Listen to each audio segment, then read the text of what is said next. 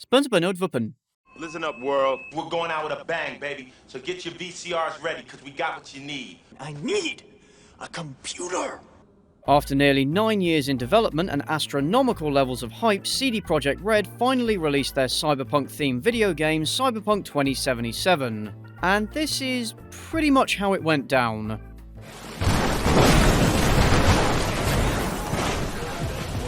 Yeah, it was a broken, buggy, disappointing mess, and God help you if you played it on consoles. Whoa, put her back in. She's not done yet.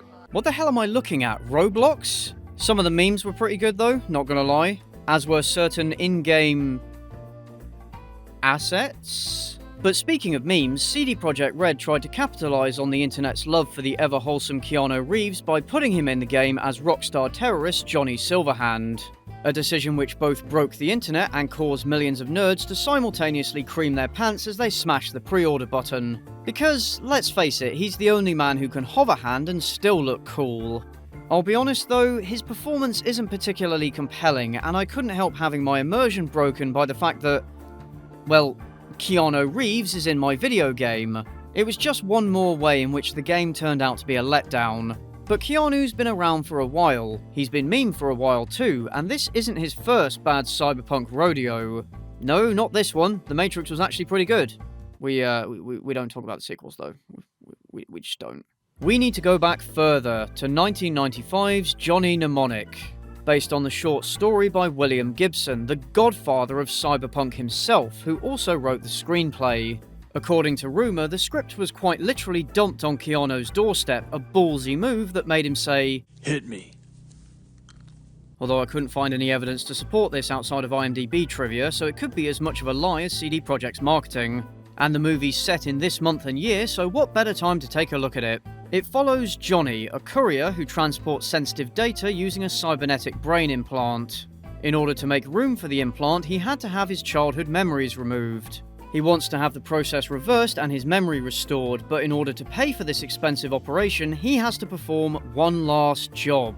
Which of course goes horribly wrong, and he ends up on the run from both the megacorporation the data was stolen from and the Yakuza who are trying to claim it for themselves. All while the data he's carrying in his head is slowly killing him. That last part sound familiar? Anybody?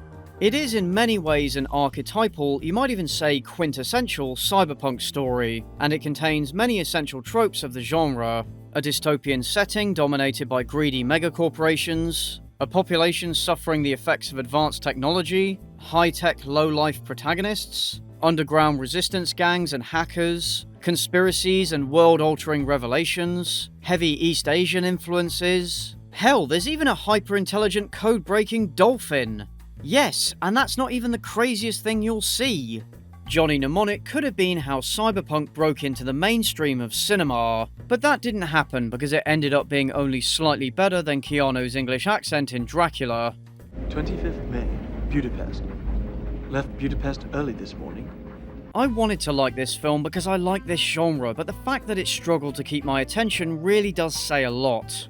Despite its flaws, I will give it credit for what it tried to do on a relatively small budget. It was certainly ambitious, and its CGI sequences look pretty good for the era and are definitely the highlight of the movie.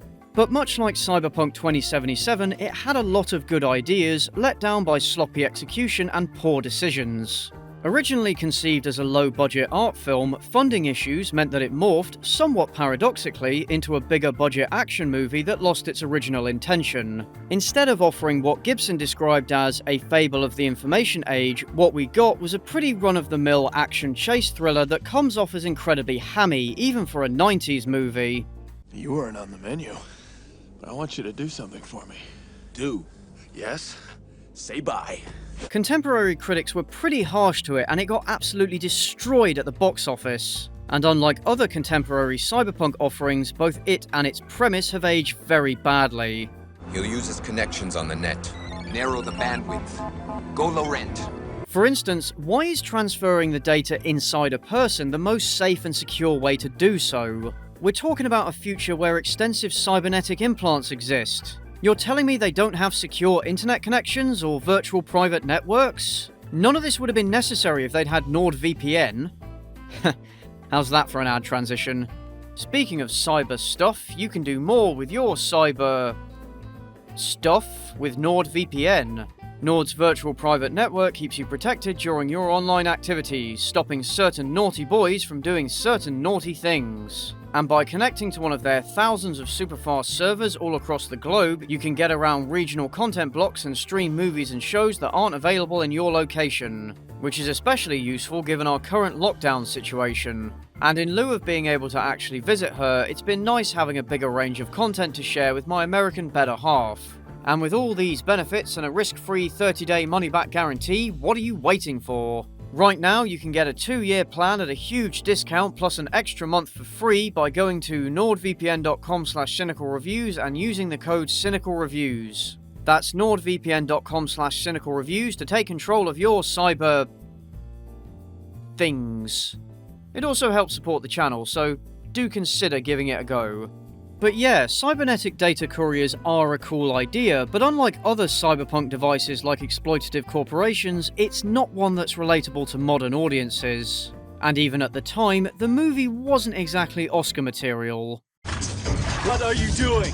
Although in addition to Keanu, it does have a surprisingly recognisable cast, including Dina Meyer as the cybernetically enhanced love interest, who despite having no chemistry with Johnny ends up with him just because. There's also Ice-T as the leader of the Resistance hacker group, the Low-Techs, musician Henry Rollins as the Flesh Doctor Spider, Udo Kier as Johnny's handler. Hang on, can we just take a second to appreciate how awesome a job title Flesh Doctor is? And Takeshi Kitano of Takeshi's Castle. Yes, that Takeshi is in this movie. He's criminally underutilized though. Oh, and Dolph Lundgren plays a cyborg assassin Jesus. That must be one of the weirdest combinations of words I've ever uttered. His character doesn't really fit in all that well, but on the other hand it's Dolph Lundgren playing cyborg assassin Jesus, so who cares? But unfortunately the characters aren't given any depth or development beyond the bare minimum. Even Johnny himself doesn't have that much going on until the final act. He's also an asshole who acts purely out of self-interest and does little to elicit sympathy from the audience, which will prevent a lot of viewers from caring about what happens to him. I want the club sandwich. I want the cold Mexican beer. I want a $10,000 a night hooker. It does seem almost pointless to complain about Keanu's performance being stiff. After all, he's practically synonymous with furniture. If I just wanted the silicon dug out of my back brain, I could go to Mexico City. I want a full restoration. I want it all back. And despite how wholesome and rightly beloved he is, he's never been a great actor, and his best parts are those that required him not to emote that much. Unfortunately, this is not one of those roles. And combined with some laughable writing, his performance gives us some moments that, even taken in context, are unintentionally hilarious. Johnny boy my ass, what's the f***ing score here? I'm way overloaded, man. I want to get online. I need a computer. I want room service! The rest of the writing and acting is B-movie quality at the best of times, and the delivery means that even scenes that are supposed to be poignant fall flat on their face. I had to dump a chunk of long-term memory. You had to dump a chunk of what? My childhood. Your childhood. It relies too heavily on clunky exposition, especially at the beginning, throwing a multitude of concepts at the audience that sometimes don't become relevant until the very end.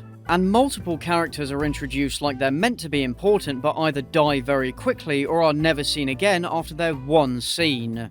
The movie also suffers from terrible pacing issues. A lot happens in the course of a relatively short movie, but at a very inconsistent speed, and not all of it is useful to the story. There's also some weird stuff going on with the world building, which is an integral part of this genre.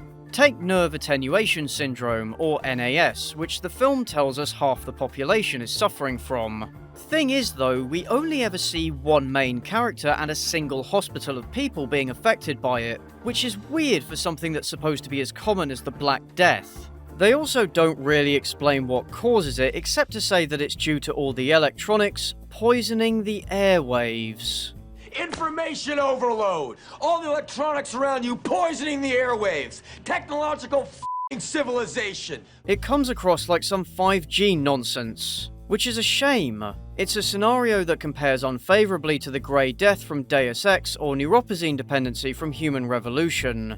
And aside from the internet scenes, the visual components like the art direction and set design aren't particularly inspired. The soundtrack is okay, I guess, but again, nothing to write home about. The action component of this action movie is also pretty limp, and what action scenes there are mostly very brief and poorly staged. In these scenes more than most, you can tell that this was director Robert Longo's first and only movie. With such an inexperienced director at the helm, it's not really surprising that things turned out this way. But the already flawed movie was taken behind the outhouse and beaten to death with a lead pipe by its American distributor, who, according to Gibson, recut the movie about a month before it was released in order to give it more mainstream appeal.